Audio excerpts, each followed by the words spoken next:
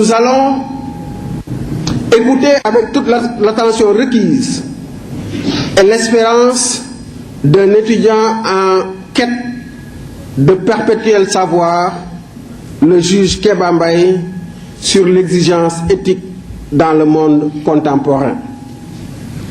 Nous sommes convaincus que son discours permettra aux uns et aux autres de mieux assumer leurs responsabilités et de continuer à s'interroger avec encore plus de clairvoyance et de détermination sur ce qu'ils peuvent apporter individuellement avant d'attendre de recevoir des autres.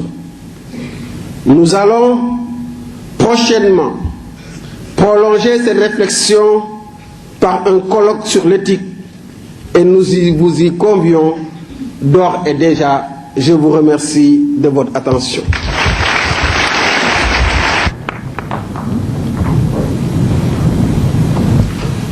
Merci beaucoup, Monsieur le recteur de l'Université Cheikh Anta Diop de Dakar. Je vais à présent, conformément aux usages universitaires, donner la parole à Monsieur le doyen de la Faculté des sciences juridiques et politiques pour présenter le juge Kéba Mbaye.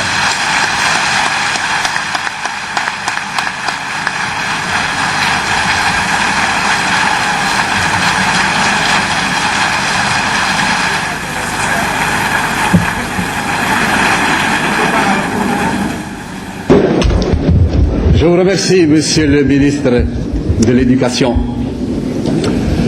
Monsieur le Président du Conseil de la République pour les affaires économiques et sociales. Monsieur le ministre de l'Éducation,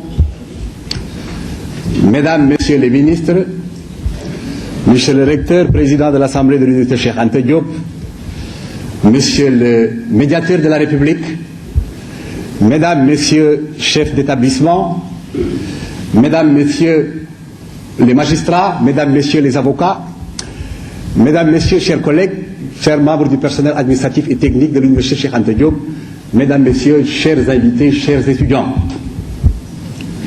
C'est pour moi un plaisir, autant qu'un honneur, d'avoir à vous introduire dans le cadre de la cérémonie qui nous réunit aujourd'hui, Monsieur le juge Kéba Mbaye. L'exercice aurait certainement été plus laborieux, voire plus périlleux, si par vos qualités avérées, vous n'étiez déjà invité sur le piédestal de la postérité. Mais si l'UCAD a tenu à vous honorer aujourd'hui, c'est moins pour décerner un titre en plus que pour le symbole qu'elle a identifié en vous. C'est que la solennité académique donne ainsi l'opportunité de vous faire figurer parmi la constellation des grands noms inscrits au fronton de notre institution.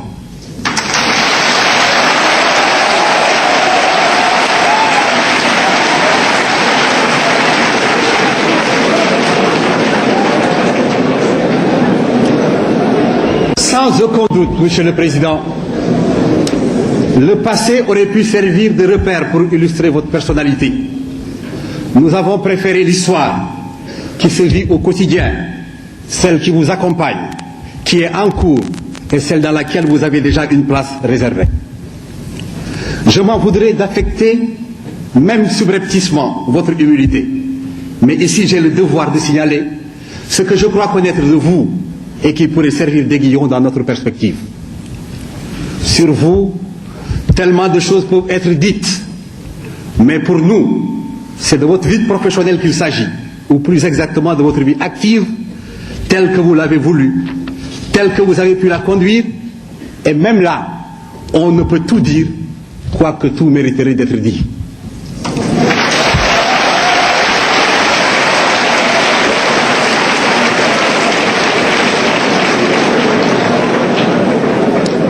Mais heureusement, Monsieur le Président, que la pédagogie de l'essentiel se concilie peu avec les débordements, fussent-ils de circonstances. C'est cette orientation qui me permet tout au plus de ne retenir de votre riche carrière que deux constantes majeures.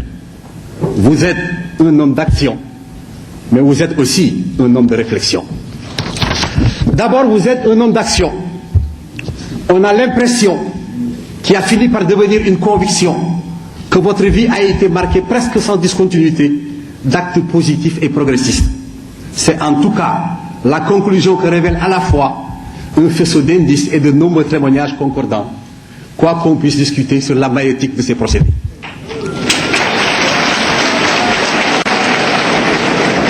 Monsieur le Président, vous êtes né le 5 août 1924 à Kaolack. Vous avez reçu une formation d'instituteur à la prestigieuse école normale William-Ponty, avant d'être accueilli dans sa section magistrature par l'École nationale de la France d'Outre-mer. Depuis, vous n'avez cessé de poser des jalons dans votre carrière et sans surprise, celle-ci s'est fortement enrichie. Dans un corps qui n'est pas à l'abri de compétition, il est par bonheur des noms qui s'imposent. La promotion de ceux qui les portent est reconnue comme une expression de justice. C'est à la fois la reconnaissance du mérite et une exigence du bien du service. Cet honneur rare vous est assurément dû. Même en minorant substantiellement votre parcours, vous avez eu à exercer les plus hautes fonctions au sein de la magistrature. Ancien premier président honoraire de la Cour suprême du Sénégal, ancien président du Conseil constitutionnel du Sénégal, ancien juge et vice-président de la Cour internationale de justice. L'expertise et la compétence incontestables sont les supports exclusifs de cette remarquable ascension.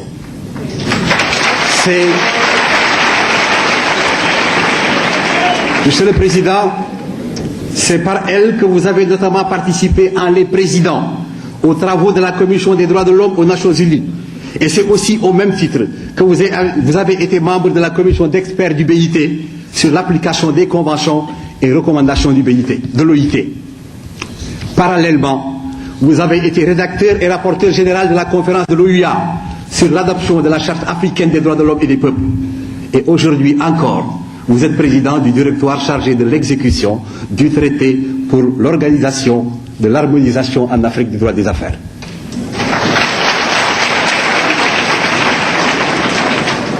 Ces diverses responsabilités ne vous ont guère empêché de militer activement au sein de structures orientées vers la défense et la promotion du droit et de la justice. Et j'en retiens presque difficilement le souffle, même devant une liste indicative de vos travaux.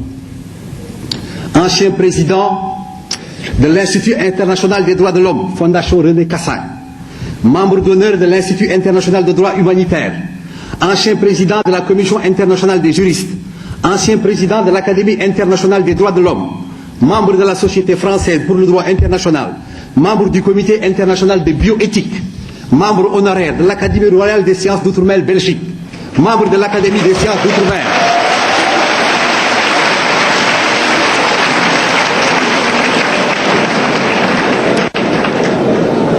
membre de l'Académie internationale de droit comparé et de l'International Law Association, ancien vice-président du curatorium de l'Académie de droit international, membre honoraire de l'Institut de droit international, ancien vice-président de la Cour internationale d'arbitrage de la Chambre de commerce internationale, membre du London Code of International Arbitration, président du Conseil international d'arbitrage en matière de sport et du tribunal arbitral du sport, président de la commission d'éthique du CIO.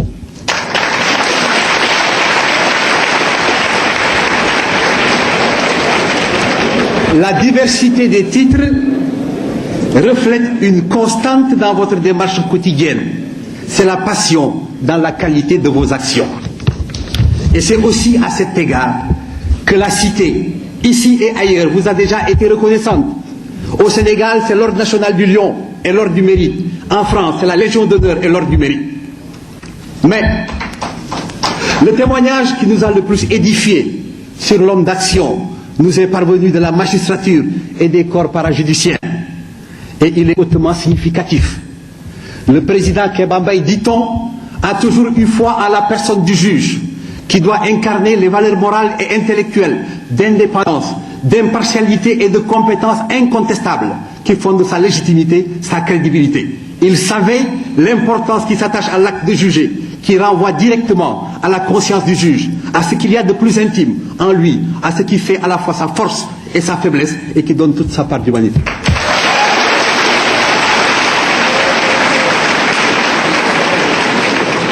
C'est à la mesure du regard sur soi-même et à l'épreuve du regard des autres que peut se définir cette valeur fondamentale.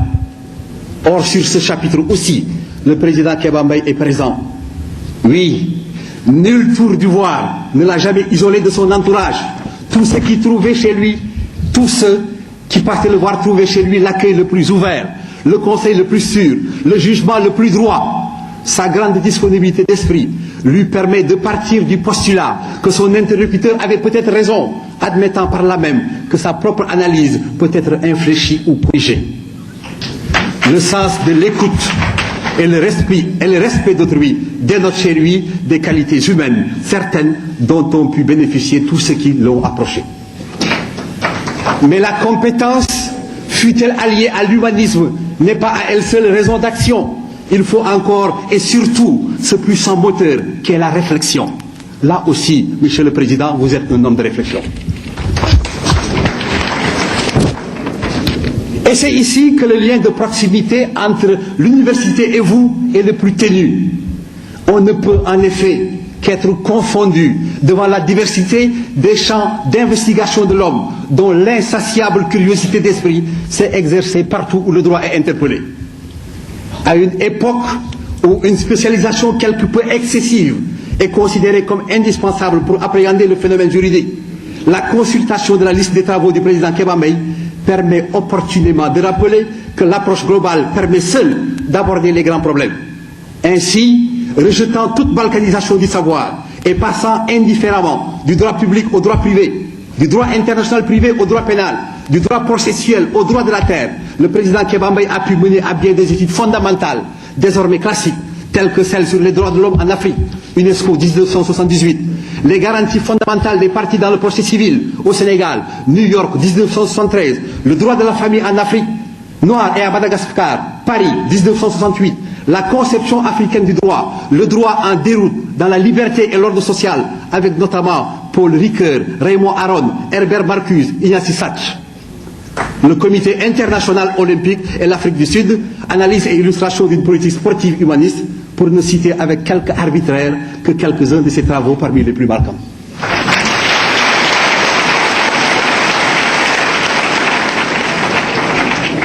On aurait pu s'en arrêter là, mais peut-on évacuer, même avec douceur, l'inlassable et féconde activité du chercheur? Pour hier et pour demain, 3 faits au moins doivent être relevés et révélés. Les deux sont liés au passé. Le dernier est héritier du présent, mais ils traduisent tous la fluidité du cheminement de la pensée de l'auteur. D'abord, que n'a-t-on pas dit, ou plutôt médit, sur le code de la famille? Mais combien sont-ils à avoir consulté les travaux du comité des options? Ils y auraient alors découvert les propos éclairants du président Kéba Mbaye sur la nature de telle ou de telle institution, sur l'indispensable articulation entre le droit dit moderne et le droit traditionnel. On aurait ainsi été épargné de la vanité de certaines prétentions et affirmations furtives. Le président Kéba Mbaye, à l'occasion, avait eu l'art de présenter des vues originales, des analyses renouvelées en des termes simples, clairs et accessibles à tous. Ensuite et surtout, on ne saurait méconnaître l'impulsion donnée par lui à ce que l'on appelle aujourd'hui le droit au développement. Cette nouvelle discipline qui revendique désormais son autonomie. Or, récemment encore, le concept faisait sourire. Le président Kéba Mbaye a remarquablement contribué à cette évolution. Il en a ouvert les perspectives tout en traçant les voies, notamment dans 2 articles qui sont devenus des références obligées pour tout chercheur. Le droit au développement comme un droit de l'homme, session d'enseignement à l'Institut international des droits de l'homme, leçon inaugurale Strasbourg 1972, et émergence du droit au développement en tant que droit de l'homme dans le contexte du nouvel ordre économique international, UNESCO 1978. Enfin, tirant prétexte du bicentenaire du Code civil français, 2004, l'auteur souligne l'influence supposée ou réelle du droit des personnes, des biens, des contrats, de la responsabilité civile, confirmant ainsi à la fois son esprit critique et celui de synthèse, atout majeur du technicien du droit. Sa conclusion est tournée vers l'avenir, après avoir scruté dans le même élan le Maghreb, notamment le droit algérien et tunisien. M. Kéba Mbaye est donc aussi un grand professeur. Il en a l'autorité, il en a la clarté qui vient de la domination totale du sujet, la mesure et l'originalité. C'est sous ce registre qu'il fut chargé d'enseignement à la faculté des sciences juridiques et politiques dès 1967.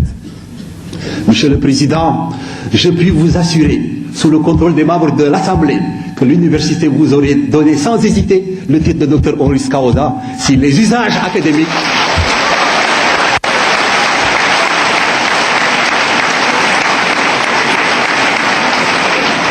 si nos usages académiques l'auraient permis.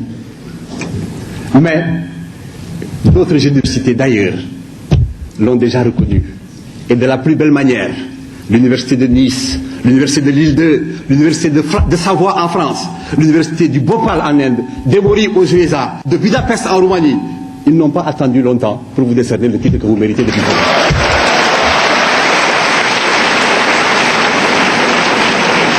Monsieur le Président, vous avez devant vous 3 générations de Sénégalais, y compris de nombreux jeunes étudiants de la faculté des sciences juridiques. Et je pense que, je vous ai dit tout à l'heure que je n'ai jamais vu l'amphithéâtre aussi plein, mais c'est un signe qui ne trompe pas. Vous êtes écoutés, vous êtes attendus, et je pense que ceux qui seront là aujourd'hui seront heureux de vous écouter sur ce thème ô combien actuel de l'éthique. Monsieur le Président, je vous donne la parole sans tarder pour prononcer votre leçon inaugurale. Merci. Mesdames, Messieurs, et tout à l'heure, en entrant dans la salle, j'ai cru déceler dans certains regards une interrogation. Pourquoi cette mise?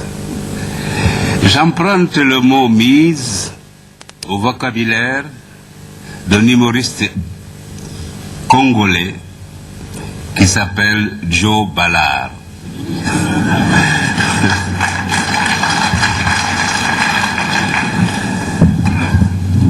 Un jour, il est venu à Dakar et un journaliste lui a posé une question. Il lui a dit, Joe Ballard, pourquoi vous vous faites appeler docteur alors que vous n'avez jamais fait d'études? Il a répondu, c'est parce que je soigne ma mise.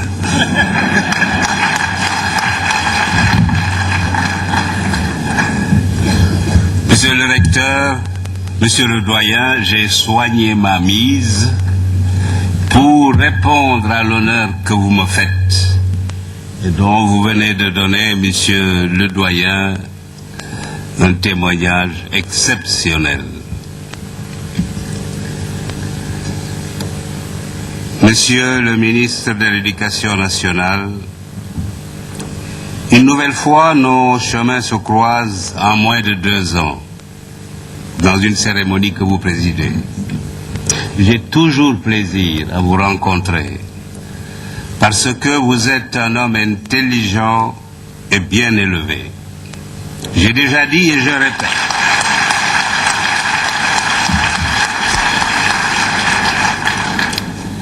J'ai déjà dit et je répète que j'ai toujours suivi avec beaucoup d'intérêt votre cursus alors que vous étiez jeune étudiant et vos efforts pour devenir ce que vous êtes, pour parler comme Nietzsche, un professeur éminent et un homme d'État de qualité.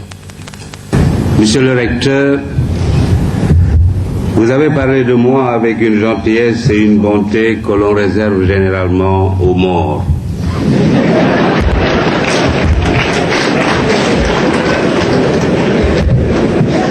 Si je ne connaissais l'affection que vous me portez, j'aurais été tenté de bomber le torse et de tomber dans un narcissisme qui m'a jusqu'alors épargné. Je vais me venger en disant, oh non pas tout le bien, mais une partie du bien que je pense de vous. Vous êtes parmi les cadres sénégalais qui ne se contentent pas de liquider les affaires courantes ou qui se servent au lieu de servir.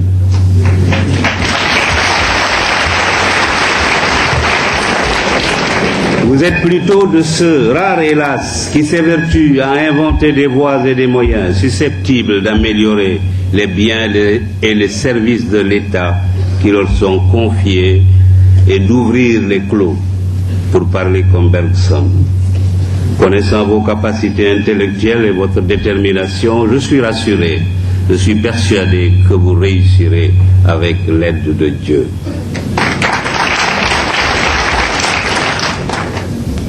Monsieur le doyen de la faculté des sciences juridiques et politiques, vice-président de l'Assemblée de l'UCAD, vous avez gagné le prix de l'applaudimétrie.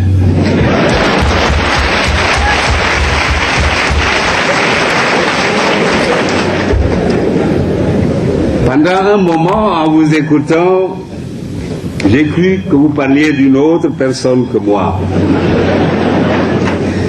Tellement vous avez su apporter, par un langage d'une rare élégance, par beaucoup d'éloquence, tant de dorure à mes modestes mérites que Dieu a placé sur mon chemin et que je me suis contenté de me baisser pour ramasser. Merci, monsieur le doyen, pour autant de gentillesse et de générosité. Vous formez avec d'autres professeurs et membres du corps administratif de l'UCAD autour de monsieur le recteur un mur de soutien intellectuel et moral qui protège ses efforts et fortifie ses succès. Je voudrais que vous me permettiez de remercier deux personnes, indisciplinées du reste. Ce sont deux de mes collaborateurs qui sont venus de Lausanne pour assister à cette leçon alors que je leur avais dit de ne pas le faire. Il s'agit d'une part de notre compatriote Ousmane Khan, magistrat de son État, premier conseiller du tribunal arbitral du sport, et de M. Shabazz Benham, iranien de nationalité, diplomate de formation, secrétaire permanent de la commission d'éthique.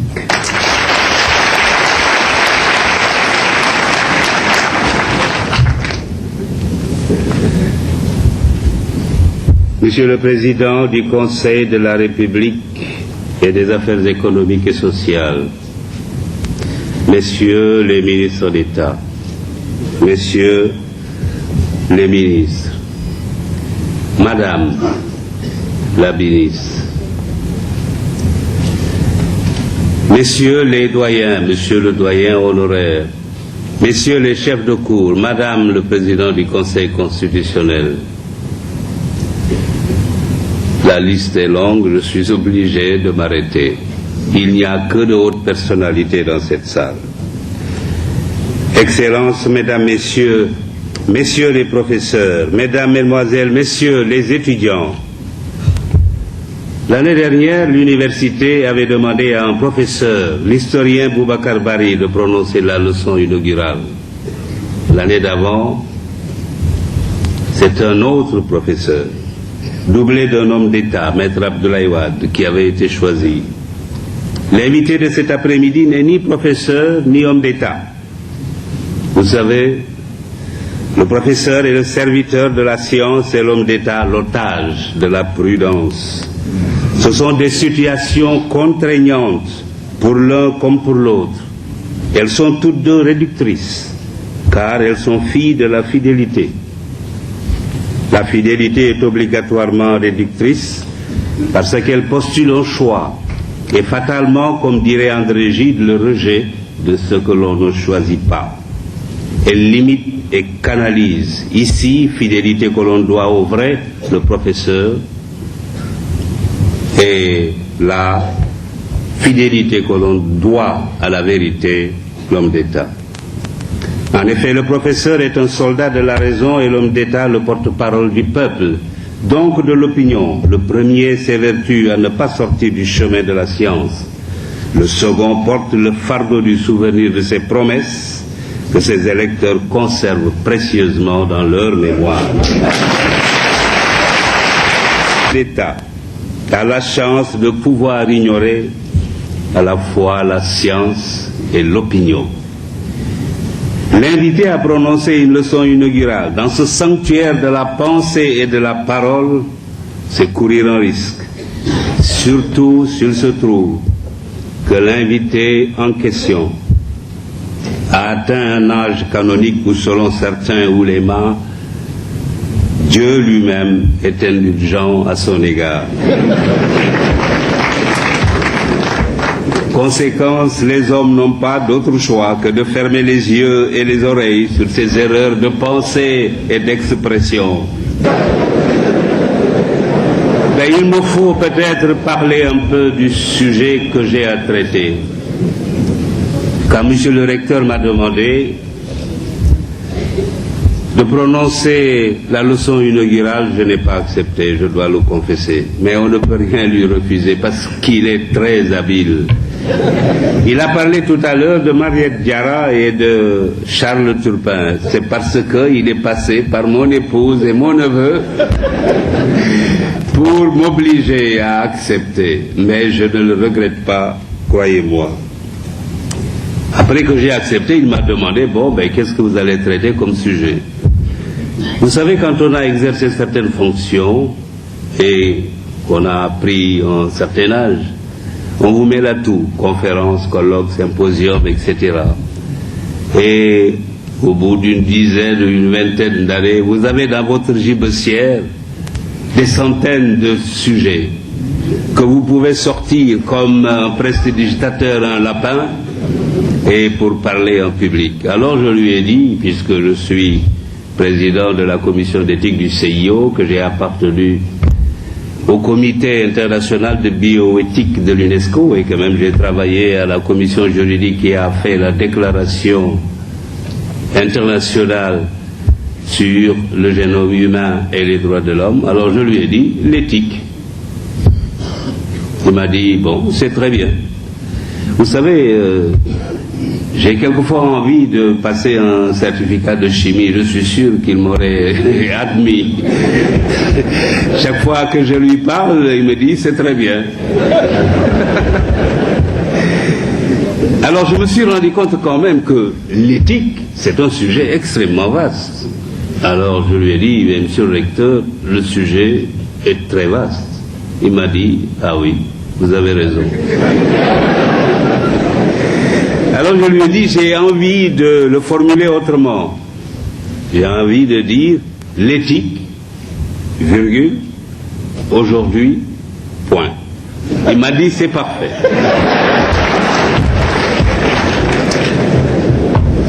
Ainsi, le sujet que j'ai à traiter est au centre de la vie de notre pays, de notre continent et du monde entier.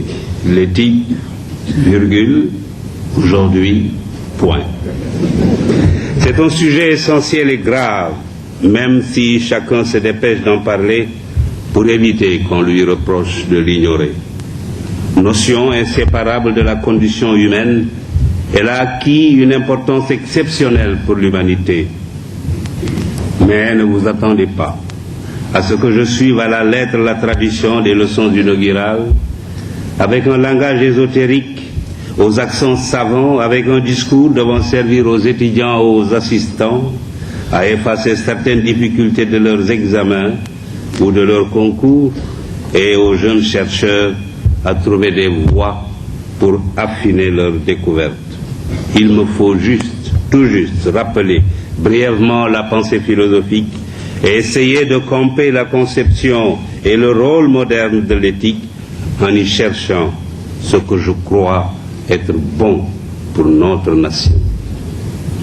3 idées, me semble-t-il, méritent des commentaires après que j'ai décrit la situation telle qu'elle m'apparaît au bout de ma lorgnette, peut-être un peu déformante. Les 3 idées s'expriment ainsi. 1. Les anciens ont de l'éthique une conception multiforme qui nourrit encore les joutes intellectuelles savoureuses des philosophes. 2. De nos jours, l'éthique est toujours présente avec un nouveau contenu. Malheureusement, ce contenu est davantage ignoré que respecté. 3. L'éthique devrait être adoptée par notre pays comme la mesure de toute chose, car accompagnant le travail, elle est la condition sine qua non de la paix sociale, de l'harmonie nationale, de la solidarité et du développement. La société face à l'éthique aujourd'hui. En présentant la Déclaration universelle sur le génome humain et les droits de l'homme, adoptée le 11 octobre 1997 à l'unanimité par acclamation par la Conférence générale de l'UNESCO, Le directeur général Federico Mayor annonçait que cette déclaration, de même que l'engagement moral auquel les États avaient souscrit en l'adoptant, était l'amorce d'une prise de conscience mondiale de la nécessité d'une réflexion éthique sur les sciences et les technologies. Le directeur général avait raison.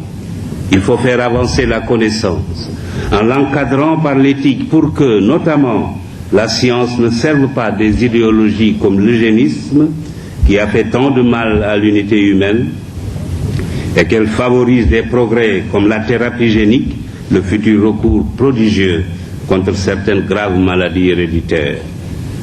Mais la réflexion éthique doit aller plus loin. Il faut qu'elle ne se limite plus aux sciences et aux technologies, mais qu'elle s'engage sur les différents compartiments de l'activité des hommes.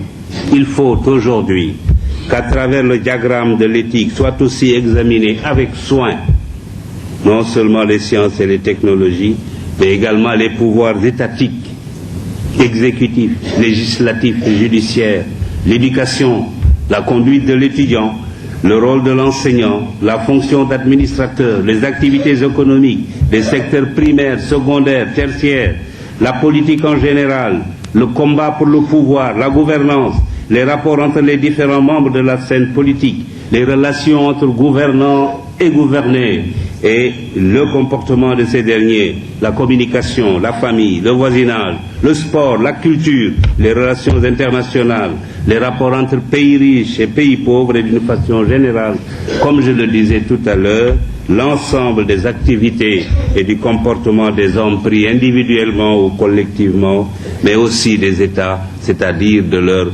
représentants. Si je préconise ces réflexions générales approfondies et permanentes, c'est parce que pour qui se donne la peine d'observer la société humaine de notre époque, nous sommes sur le chemin d'un monde sans éthique. D'un monde dans lequel la conduite des hommes, en dehors de toute considération éthique, est guidée par l'argent, le pouvoir, la force et la place. Ce mot étant pris dans le sens large que lui assigne Léo Wolof, et aussi Figaro, le célèbre personnage de Beaumarchais, dans son monologue, rappelez-vous, parce que vous êtes un grand seigneur, vous croyez un grand génie, noblesse, fortune, un rang, des places, tout cela rend si fier. Qu'avez-vous fait pour tant de bien? Vous vous êtes donné la peine de naître et rien de plus. Et il ajoute malicieux, du reste, homme assez ordinaire.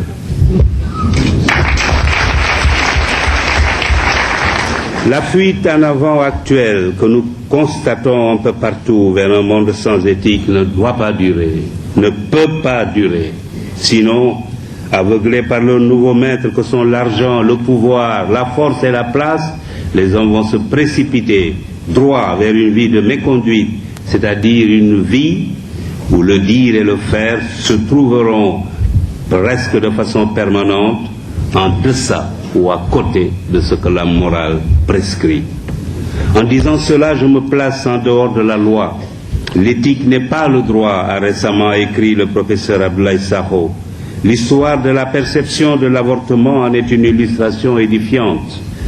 De 1910, date du Code Napoléon, à la loi NIRS de 1993, l'interruption volontaire de grossesse est passée en France de la répression de sa commission à la répression de son entrave, alors que, pendant ces 183 ans, la position de l'éthique vis-à-vis de l'IGV n'a varié que dans certaines mentalités.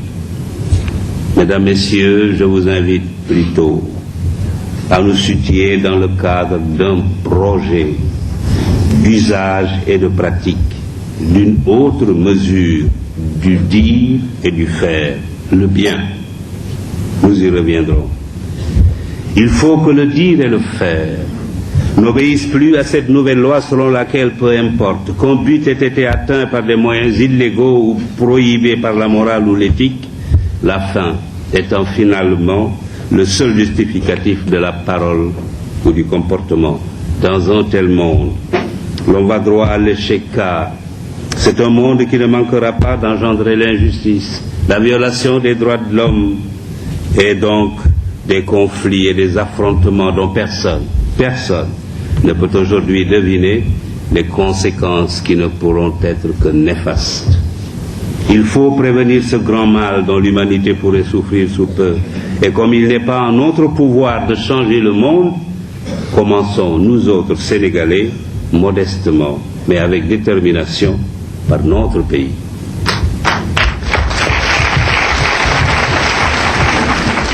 Commençons par y adopter l'éthique comme règle de comportement, comme s'il s'agissait d'un principe général de conduite, obligatoire pour tous sans exception.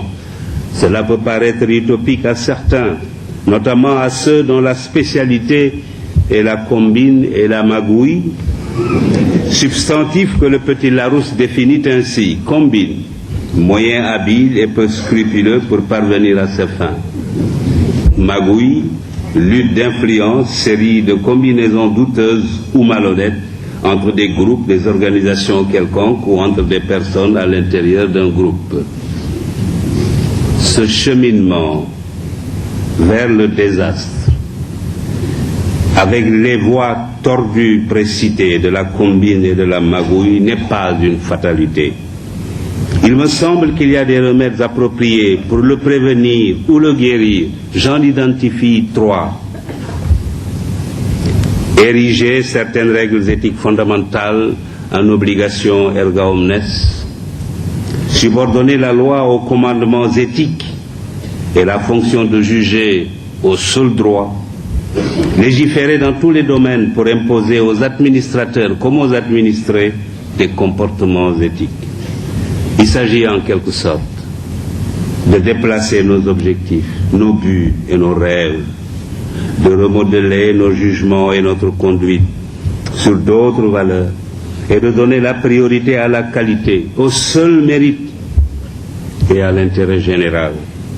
Que ceux qui détiennent une parcelle de pouvoir et en abusent, ou qui se sont enrichis en foulant aux pieds les règles d'éthique, se le disent bien, ils n'inspirent aucun respect aux autres Sénégalais.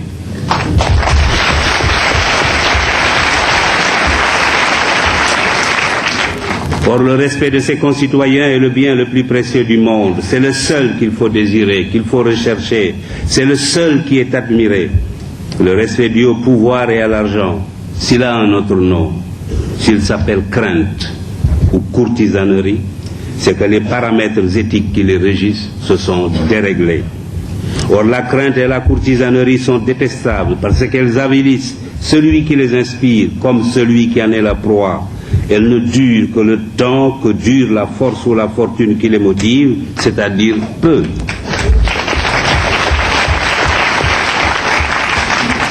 Et elles s'effacent avec la perte du pouvoir ou de l'argent.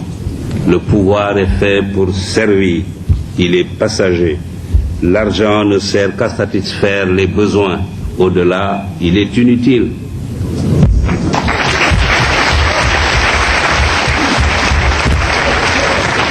Le respect de soi et le respect des autres, par contre, est un bien éternel et sans limite.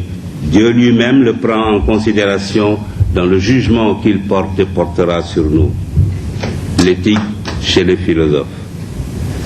Que les philosophes présents dans la salle ou appelés à me faire l'honneur de me lire, philosophe dont mon professeur au lycée Van Vollenhoven, lui Thomas, m'a donné l'amour de la matière qu'ils enseignent, me pardonne, de ne parler de l'éthique de leur point de vue que pour rappeler brièvement quelques notions.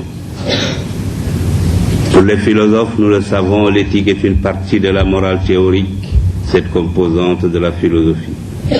Pour certains d'entre eux, l'éthique est considérée comme l'une des branches de la philosophie, tout comme la physique et la logique. Cette conception se rencontre chez les stoïciens et chez Emmanuel Kant. Il s'agit de connaître les normes de la nature, c'est-à-dire de la raison. Il s'agit donc ni plus ni moins de la sagesse. Pour Épicure, l'éthique est la théorie de l'action que l'homme doit mener pour conduire sa vie et parvenir au bonheur. On peut dire d'une façon générale que pour les anciens, l'éthique est une manière de conduire son existence. À ce titre, on parle de l'éthique d'Aristote, de Platon, de Kant, de Spinoza, de Schopenhauer et de Bergson. Finalement, chaque philosophe a sa propre conception de l'éthique. Dès lors, l'éthique peut changer de fondement et de fin et servir de support et de justification à tout comportement, qu'il soit brave ou pleutre, réfléchi ou frivole, saint ou profane, scientifique ou ignare, donc qu'il soit celui du héros, du sage, du saint, du savant, ou alors de leur contraire. L'étude de l'éthique donne alors libre cours à la pensée et ne s'assigne aucune limite où qu'elle se situe. Elle sous-tend des choix existentiels les plus variés et n'a de vrai complice que la liberté libertaire. Il lui importe peu d'être concrète ou théorique, morale ou immorale, bonne ou mauvaise. C'est précisément là que je me dois d'abandonner la méthode et la pensée des philosophes pour me référer à l'autre éthique, celle qui sollicite notre vigilance et qu'appelle notre société aujourd'hui, celle de la vie de chacun de nous. La conception actuelle de l'éthique. L'éthique aujourd'hui nous apparaît comme un ensemble de règles écrites ou non, inspirées par la morale pratique et qui doivent être respectées dans la vie professionnelle et dans la vie de tous les jours. Dès lors, l'éthique devient une formule de vie commune à toute une société dans le sens que les sociologues donnent à ce vocable. De la conception philosophique, je retiens la recommandation kantienne, quand pour chaque homme, l'auteur de la critique de la raison pure, de la raison pratique, préconise d'agir de telle sorte que l'on puisse vouloir que la maxime de son action devienne un principe de législation universelle.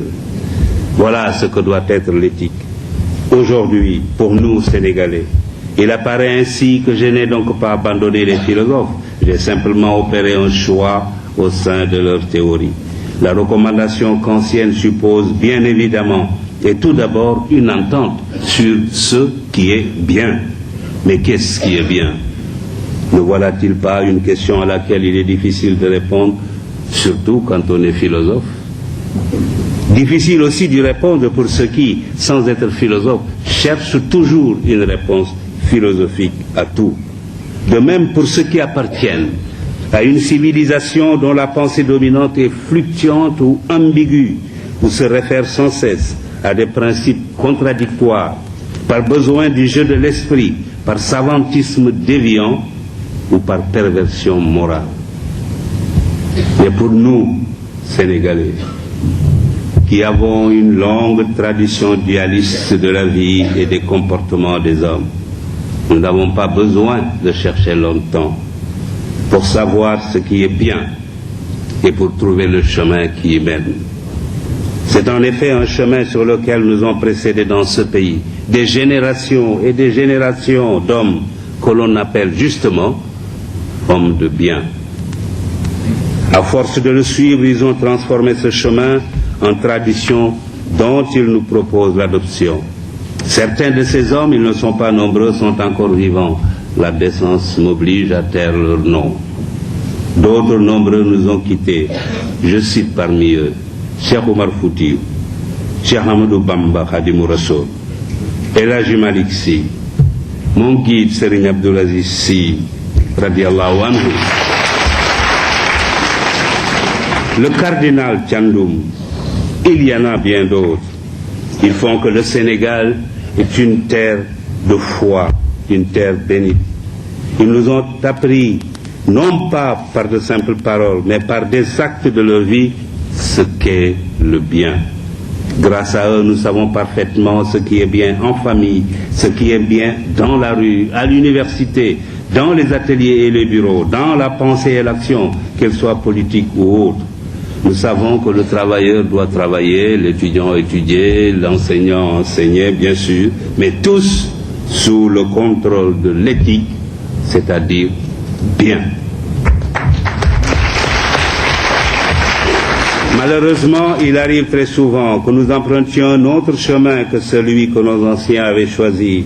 Eux avaient choisi le chemin de la foi, de la dignité, de l'honneur, du courage, de l'honnêteté, de l'humilité, de la tempérance, de la droiture, du respect d'autrui et du bien commun, du travail, de l'endurance et de l'amour de la nation. C'est certainement à leur présence spirituelle parmi nous, à leurs prières et à leurs bienfaits, que Dieu nous épargne les malheurs qui s'abattent autour de nous de par le monde. Ils nous ont indiqué ce que doit être et nous savons très bien ce qui est éthique aujourd'hui. Mais nous nous en éloignons comme s'il s'agissait d'un principe qui n'a plus cours dans une société éminemment matérialiste, dominée par le seul souci de l'intérêt personnel, de l'enrichissement et de l'accumulation. Le choix éthique des Sénégalais. Le 12 novembre dernier, je me trouvais avec mon épouse à Roissy, en train d'attendre mes bagages. Il y avait à côté de moi quelqu'un, un professeur de l'école normale supérieure. Il attendait aussi des bagages. Il s'est présenté à moi et sans entrer en matière, il m'a dit: vous savez, Président, les Sénégalais n'ont retenu que certaines choses de ce que vous aviez dit en 1981 en installant Abdou Diouf. Ils n'ont pas retenu l'essentiel. Il m'a cité des passages de mon discours que moi-même j'avais oubliés. J'étais émerveillé. En le quittant, je me suis dit, au fond, ce professeur a raison. J'ai tendance à transpirer, ce n'est pas parce que je suis sur ma copie, c'est une nature.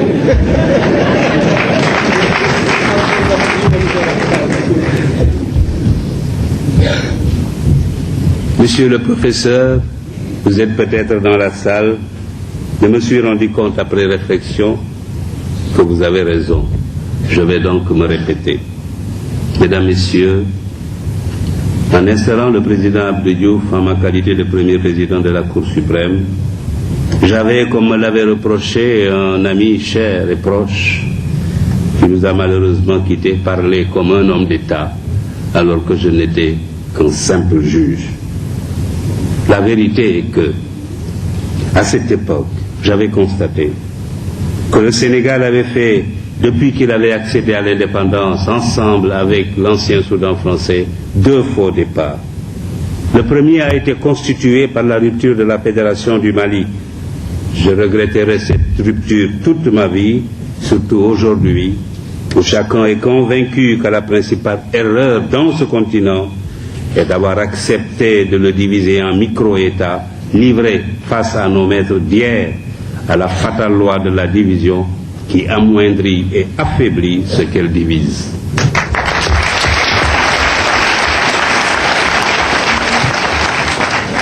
Après la rupture de la Fédération du Mali, les Sénégalais, amis des Soudanais, ont été brimés. Mais une fois la rupture de la Fédération consommée, le Sénégal a reconstruit son pays, son État autour d'une constitution unitaire.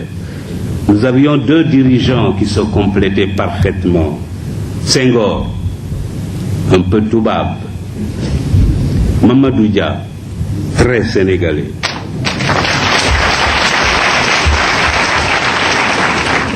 J'avais le sentiment très net qu'il nous menait droit vers l'unité nationale, le développement économique et la prospérité en empruntant à l'Occident et à l'Afrique ce qui est bien, mais seulement ce qui est bien.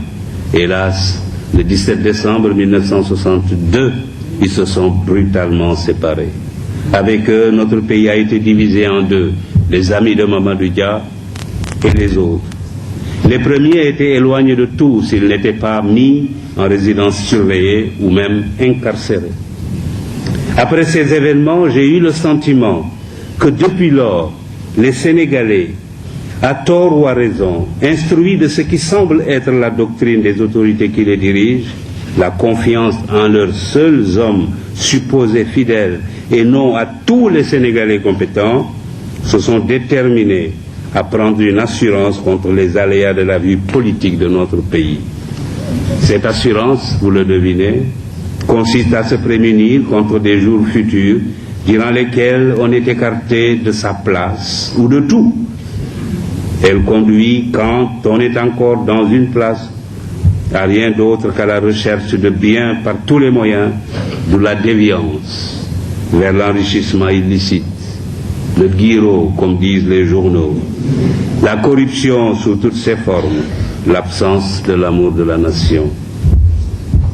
En 1980, je m'étais dit que l'occasion du départ de Léopold Sédar Senghor et l'arrivée d'Abdou Diouf à la tête de l'État était peut-être pour moi une occasion exceptionnelle de m'immiscer dans la conduite de la politique de notre pays en parlant directement à mes concitoyens du grave problème de l'éthique et des autres préoccupations de la nation. Comme me l'a rappelé mon voisin du tapis roulant de Roissy, de ce que j'avais dit à l'époque, beaucoup de Sénégalais n'ont retenu qu'une formule brève et lapidaire: les Sénégalais sont fatigués. Il m'a dit, et il a raison, que j'avais bel et bien dit autre chose. En effet, j'avais notamment affirmé que l'essentiel, c'est de sortir de cette situation avec dignité, en sauvegardant l'intégrité de notre territoire, l'indépendance de notre pays, les conquêtes démocratiques de notre peuple et l'intangibilité de notre Constitution. Cela ne peut être l'affaire d'un seul homme, ni même l'affaire d'un seul parti. C'est le devoir de tous les Sénégalais de faire preuve de maturité pour garder notre pays de l'aventure et assurer son développement harmonieux selon notre propre formule de vie. Il faut que chacun de nous enterre ses ambitions personnelles et oublie les vieilles querelles pour se cindre les reins comme un vaillant homme au nom de l'intérêt exclusif de la nation. L'objectif permanent devra être la consolidation de la démocratie, qui ne laissera plus le moindre doute sur la sincérité des résultats des suffrages. Il faut aussi que gouvernants et gouvernés, membres ou non des partis politiques, acceptent sans arrière-pensée le principe de l'alternance à la tête des affaires de l'État. Cultivons l'honnêteté et le courage au travail, que chacun au poste où il est, du ministre au planton, du chef d'entreprise aux manœuvres, considère comme reposant sur ses seules épaules le destin de la nation. Inventons un système qui ne récompensera désormais que la compétence, le travail et la probité.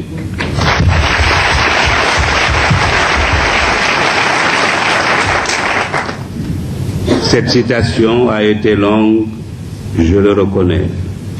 Si elle l'a été, c'est parce que je considère que les mots qu'elle contient ont encore aujourd'hui toutes les raisons d'être redits.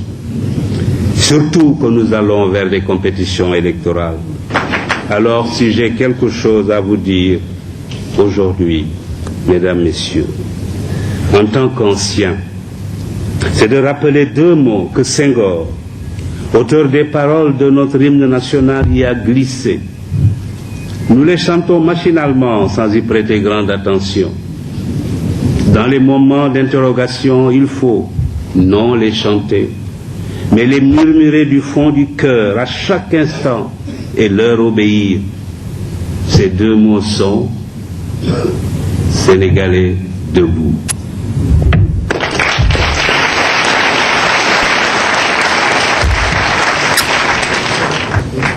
Debout pour le travail et pour l'éthique avant qu'il ne soit trop tard. Debout en nous rappelant devant chaque choix, chaque action, la pensée d'Emmanuel Kant. Demandons-nous chaque fois que nous sommes tentés d'avoir un comportement non éthique, ce que serait la vie si chacun faisait comme nous. Demandons-nous ce que serait une société de délateurs, de profiteurs, de voleurs, de corrupteurs et de corrompus, d'indisciplinés, d'insouciants, d'égoïstes, de fraudeurs. La liste est longue, mais la réponse est une, ce serait une société vouée à l'échec et peut-être à la déchéance et à la misère matérielle et intellectuelle. Alors, évitons de tels comportements.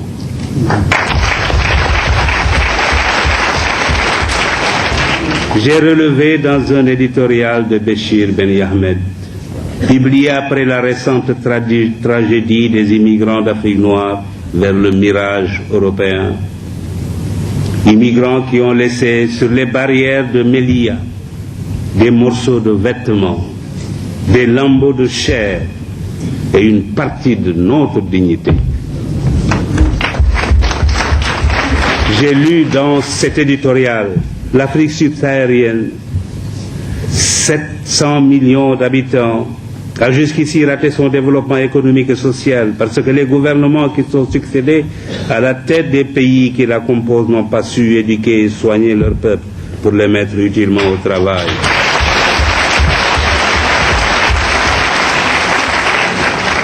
Héritiers du pouvoir colonial, de nations en constitution et de pays aux frontières arbitrairement tracées, ils n'ont pas pu maintenir à l'intérieur de leur pays la cohésion nationale et la paix. De leur côté, les anciennes puissances coloniales ont mal aidé. Quant à la Banque mondiale et au FMI, agents d'un ordre économique mondial injuste, ils ont erré. Cette conjonction de facteurs défavorables, toujours à l'œuvre en 2005, près de 50 ans après les indépendances, explique les malheurs actuels du seul continent qui voit augmenter le nombre de ses démunis. Fin de citation. Nous, Sénégalais, sommes capables de renverser cette tendance, si nous le voulons vraiment, sincèrement. Pour nous, j'en suis convaincu, ce n'est pas trop tard, mais il faut faire vite. Au lendemain de son élection, le président Abdoulaye Wade avait lancé « Travailler, toujours travailler, encore travailler ». J'avais tout de suite saisi mon téléphone, je l'ai appelé et l'ai félicité.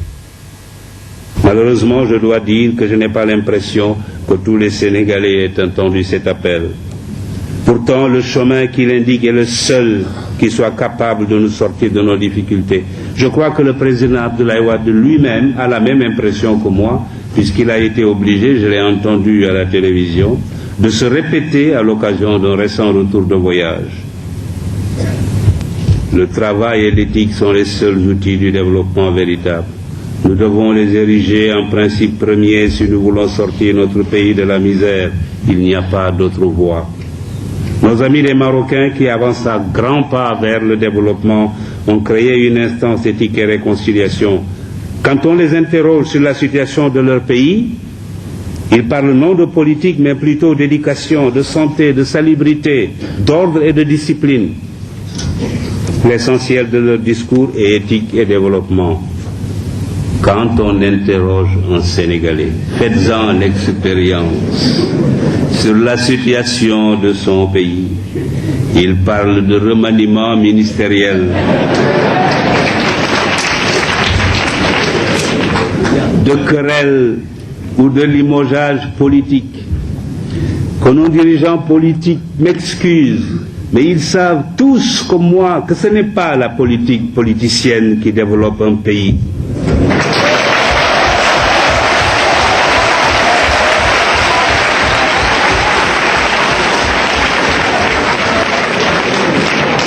J'ai écrit dans un recueil de discours et d'allocutions que je me propose de publier bientôt que ce genre de politique est le métier le plus facile du monde.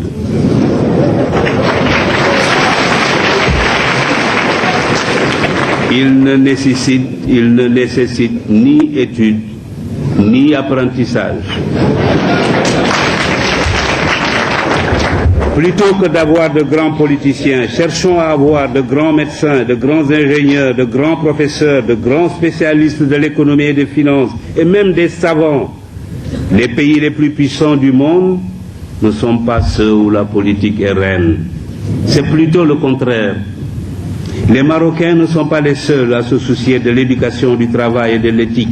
L'Asie du Sud-Est, les organisations internationales et même les pays développés ont décidé de s'engager sur la voie de l'éthique. Des comités et des commissions commencent à se dresser un peu partout, comme des sentinelles de la vigilance morale sur les routes de la recherche scientifique et technologique, de la gouvernance, de l'entreprise, du négoce, du sport et de toutes les activités humaines. Leur mission consiste à informer, éduquer, prévenir, enquêter, proposer des remèdes ou des sanctions aux organes compétents. L'éthique est désormais enseignée dans plusieurs universités, écoles et instituts. Il nous faut participer à ce mouvement. Il faut alors que dans nos institutions, dans nos organes, nos administrations, nos ateliers et nos bureaux, partout, suivre cet exemple. Il faut que triomphe l'éthique au Sénégal. L'université Cheikh Anta Diop doit donner l'exemple.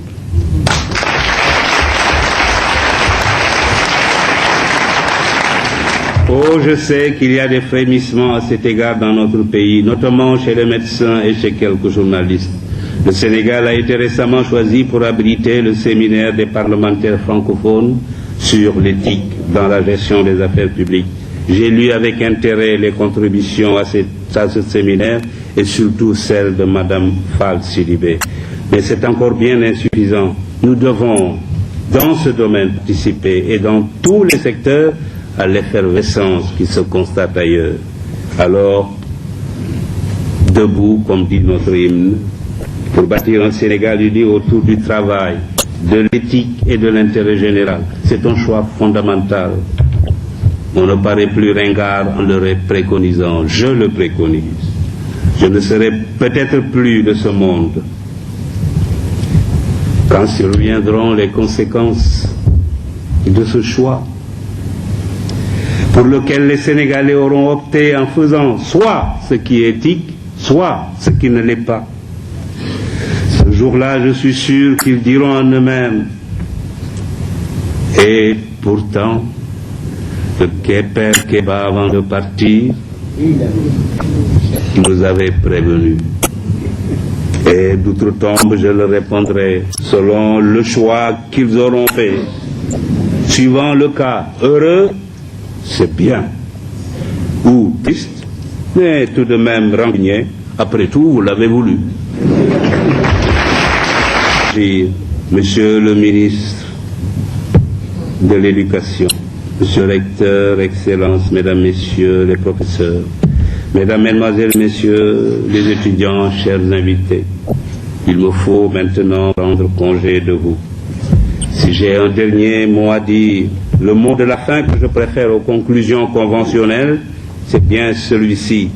J'ai la conviction très nette que de même que l'on est d'accord pour affirmer que la liberté et le pouvoir doivent être limités par les droits des autres, de même, l'éthique doit être constituée comme la mesure obligatoire de l'exercice de tout droit, de toute liberté, de tout pouvoir.